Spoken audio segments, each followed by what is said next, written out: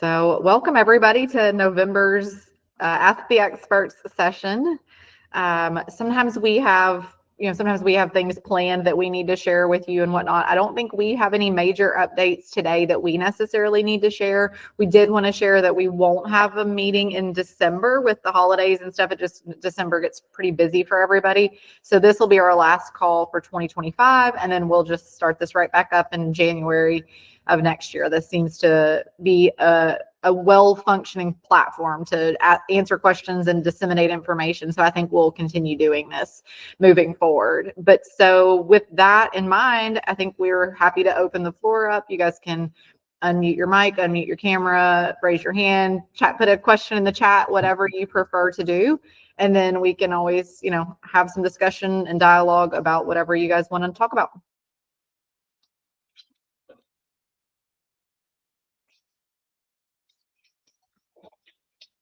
Don't everybody talk at once.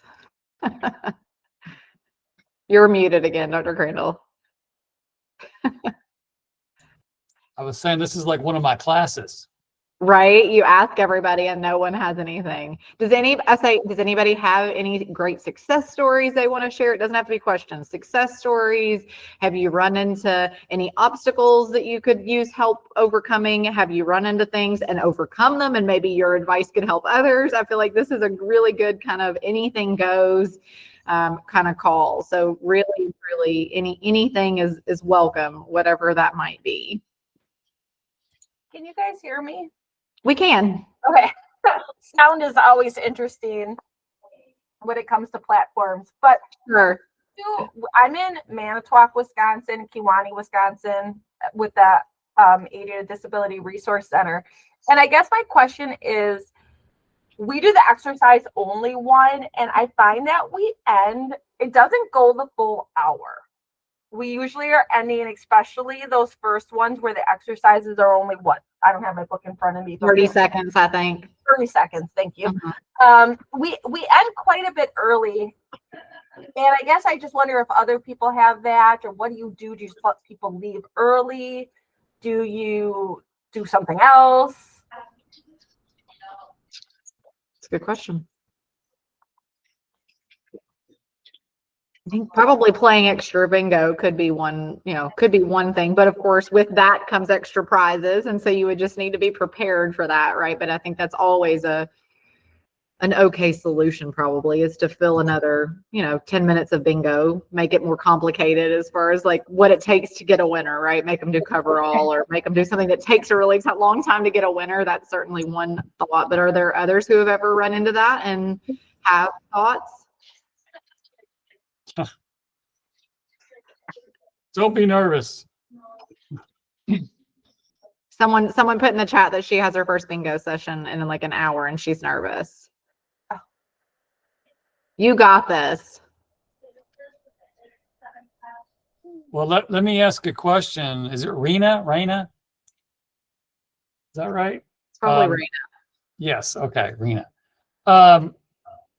Please tell me that they know this is going to be bingo size and not regular bingo. They do. Okay. Good. I made that mistake one time, and that did not go over too well. Well, I think my best advice, and I'm sure everyone will have their own, is to just have fun and relax. Mm-hmm. Don't make it too stressful for yourself and for everyone else. Just go in and have fun. It won't be perfect. Nothing is ever perfect. But I think if you go into it with that attitude that, things are going to happen, and if you just kind of roll with it and have fun, I think that's what's important. But lean into the game piece of things, right? Like, don't make it feel overly programmatic.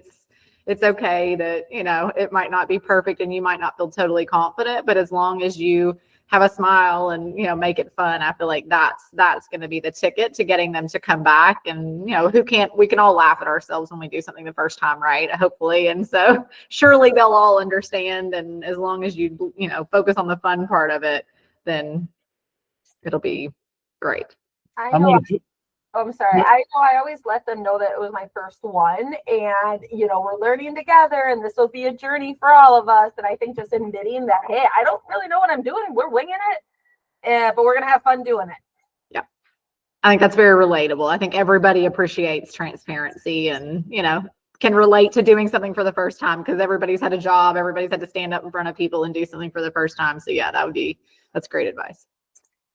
And please, Rena, let us know how it goes. And if you have anything happens, you have any questions, feel free to contact us. We'll help you out. Shoot us an email. Yeah.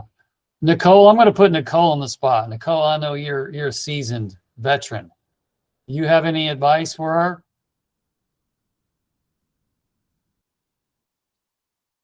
Is Nicole there? I don't know if she's able to unmute or not.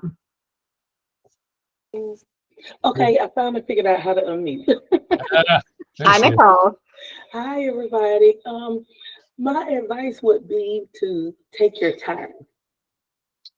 Don't go in with the sense of being rushed, the sense of having to have it all perfectly lined up, that type of thing. Go in from more of an exploring point of view, and they'll explore with you. So, and Dr. Crumble knows our group very well.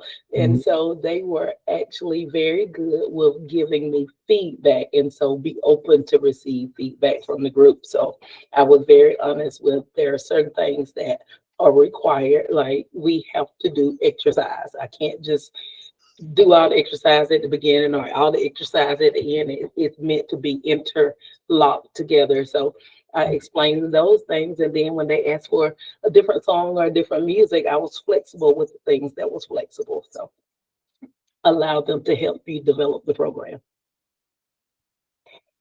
Good advice. Mm-hmm. You'll do great. Going back to Lori's question, Dr. Crandall, do you have any other where she mentioned that she's doing the exercise only and it's, ending shorter? Obviously the ones, Lori, that have the falls prevention education and the nutrition education, it makes sense that they would probably take a little longer because you've got the trivia questions involved. And so that just in and of itself is going to add a little element of time, as well as the discussion that would probably ensue as a result of the, the questions and talking through the answers, that kind of thing. But do you have any other thoughts, Dr. Crandall, for the other one, kind of being a little bit shorter and what to do to fill the time or to just end early or what? Yeah, my first thought was, play more bingo, and that's what I would do. But you made a good point about that's going to take more prizes. So, depending on your budgets, but that's kind of I would think the thing they would enjoy the most. Other than that, we don't want to do more exercise at that point because that's early in the program. So yeah, that would be my go-to. Okay. I just want to make sure that you didn't have anything else to add. No. Okay.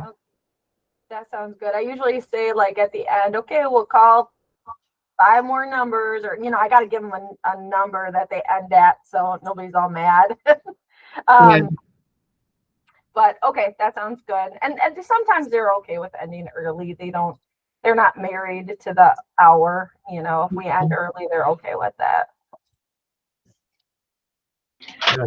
This is Teresa from Story County. I just wanted to add to that.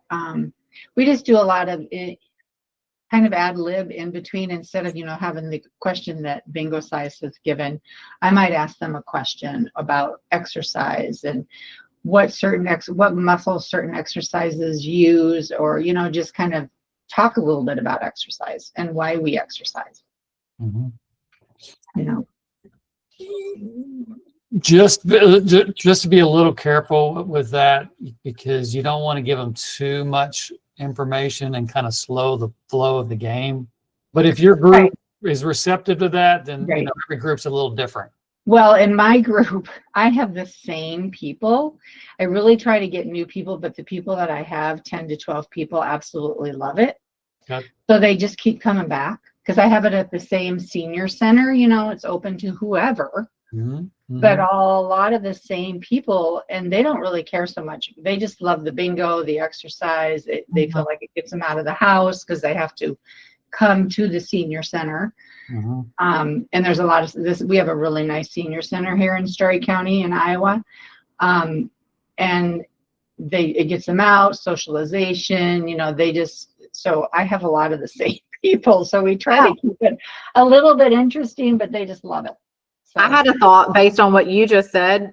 You could even do like, it doesn't have to be trivia, but you can even ask them just like fun facts. Like you could go, like you could make them talk or make them guess fun things about you, things, like ad-libbing, but things that aren't adding to the program in a sense of like fidelity. You're not giving them any kind of sensitive information or unvetted info. It would just be like fun personal facts. Either like they were guessing things about you, or they were guessing things about like the upcoming holidays, or they were telling fun anecdotes about themselves if you needed to fill in time. As long as, again, kind of like what he was saying, as long as it's just like quick little bursts and it doesn't slow things down or whatever. But that's actually, that just kind of popped in my head. So since we're in ADRC, we have a social and wellness committee. So sometimes I'll bring the things we're doing for the social and wellness committee into bingo size. So it was National Joke Day. So I would take the 10 jokes and I would say it through, like, after we finish an exercise, I'm like, okay, you ready for the next joke? And perfect. We love that. Yeah. That's fun. It's fun. See, you already had some good ideas anyway. Yep. Anybody else have a question about, your early implementer, you're a seasoned veteran, anything?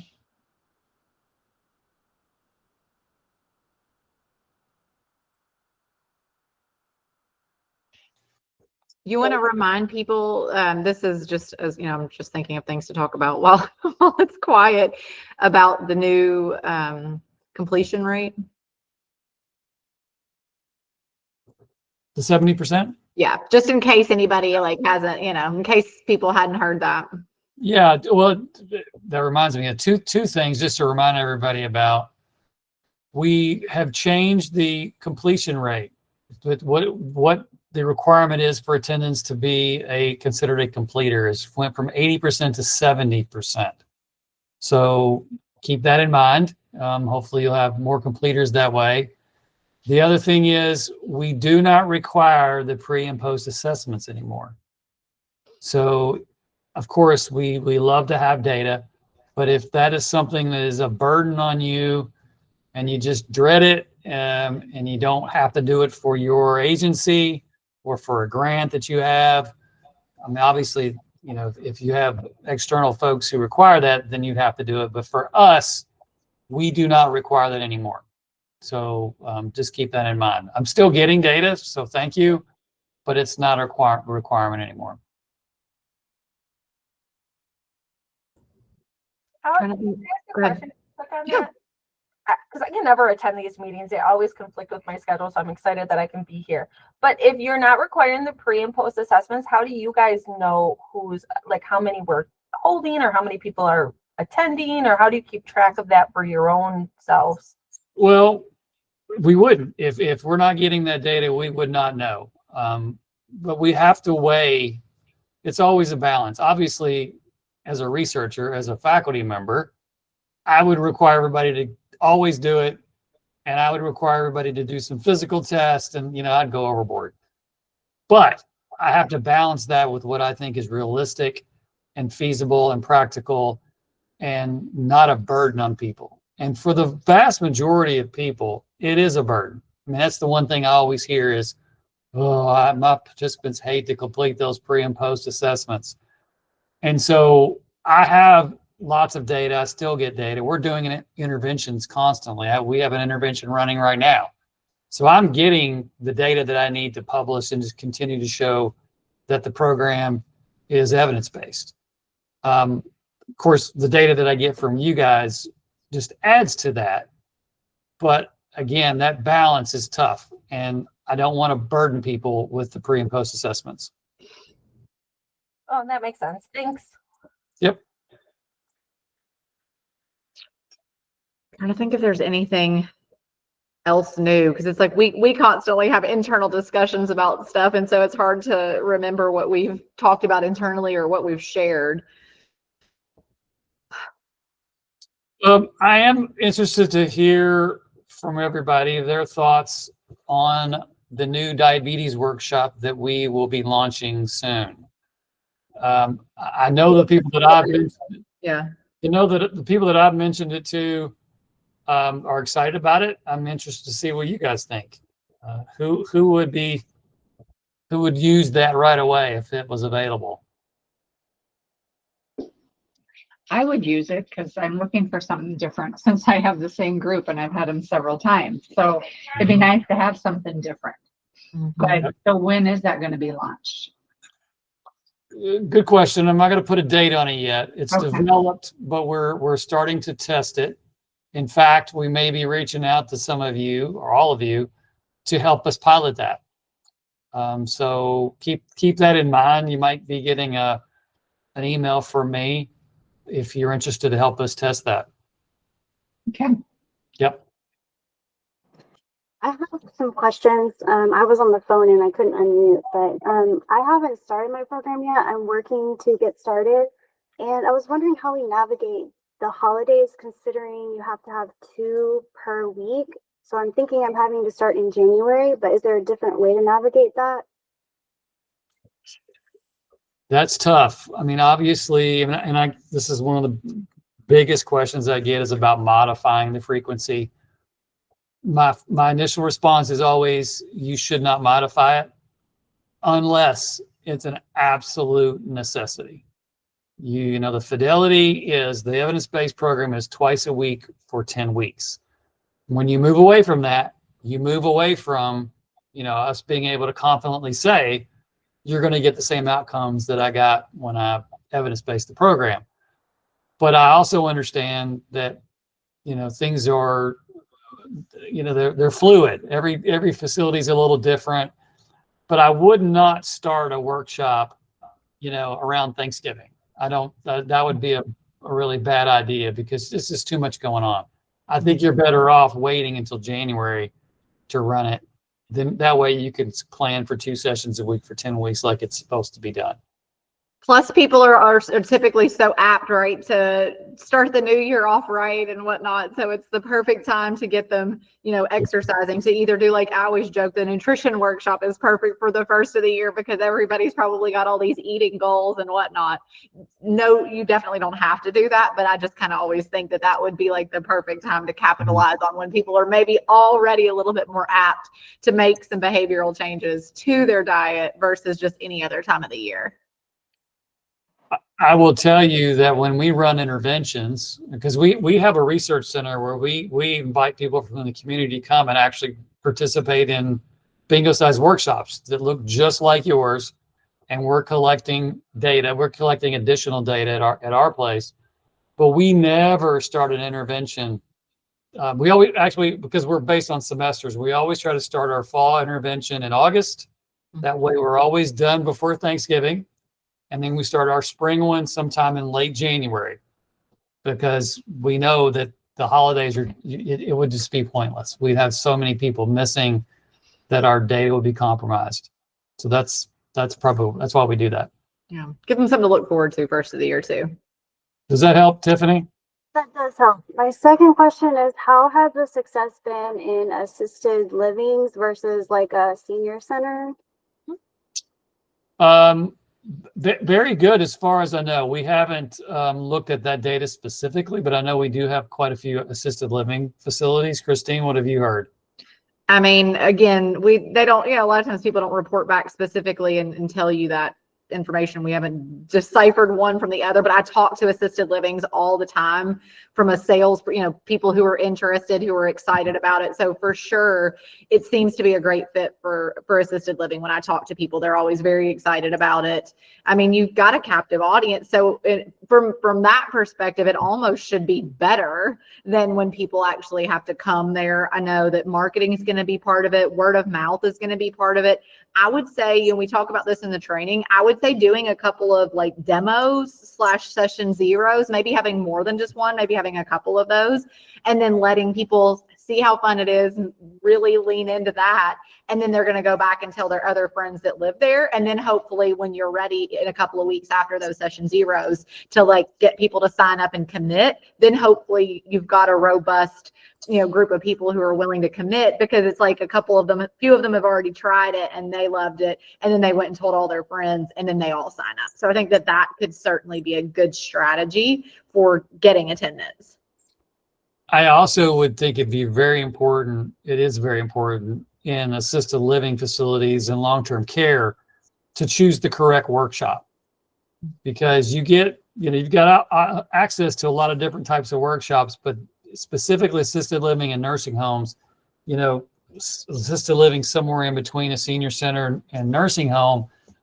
I would look at maybe the exercise only option. I would probably stay away from the nutrition and falls, nutrition specifically, because they don't control that much in assisted living or nursing homes. I would look at that. I would maybe, depending on your group, maybe look at the range of motion that doesn't require, any standing, and it's mostly just range of motion exercise. That's what we use in the nursing homes exclusively. That would really be up to you. Kind of make the decision which one you'd want. You also have the universal wellness workshop that you could use as well. So I would look at all three of those and just kind of decide which one you think is best for that group. Thank you. Mm-hmm.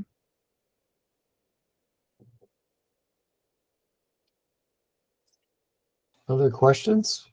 No other question, but this is Nicole, just to add a comment to Tiffany's question. I've done different assisted living, and it is really dependent upon the mobility level of the residents as well. So maybe if somebody can give you some insight on that, then you can fluctuate it, as Dr. Crandall was saying. Because at one group we did with the fall prevention, and that group actually told us this is too slow for us, because they had already been doing some exercises all along anyway. But then another group, we had to not just do the exercise only, we had to go down to the range of motion. So ask if you have anyone with insight, which mobility level are the majority of the people.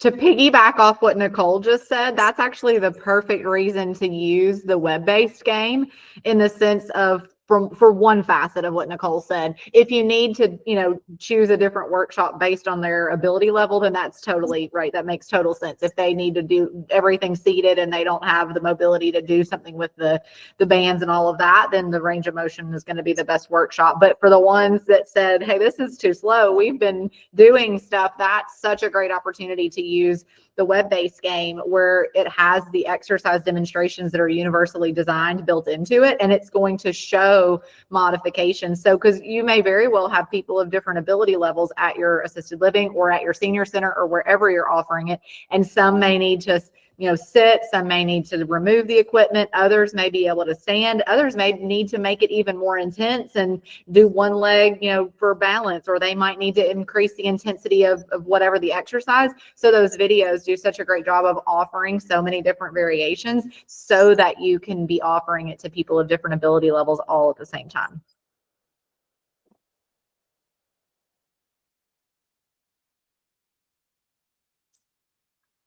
Other questions?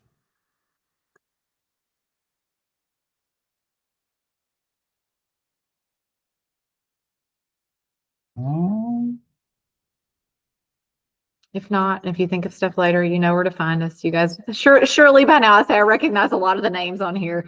But if you are newer and you don't already know this, you can email me anytime. You can always ask us questions, outside of this. We're very prompt with responding. If you don't get a response in a couple days, then there's probably something wrong and your email didn't get to us. So reach back out, because none of us are slow responders. We're all very prompt and attentive to your requests. So if you email us ever and don't hear back in 2 or 3 days, reach back out, because something happened and it probably ended in a spam folder or got deleted on accident, because that's certainly not our MO.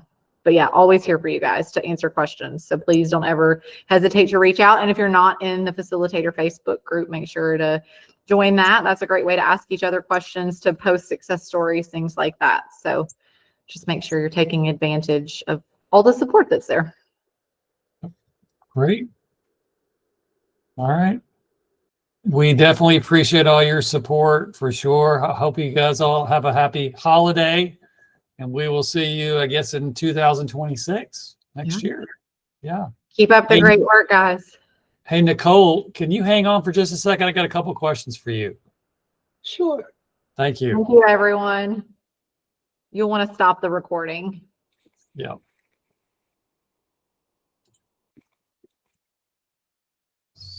Can you end the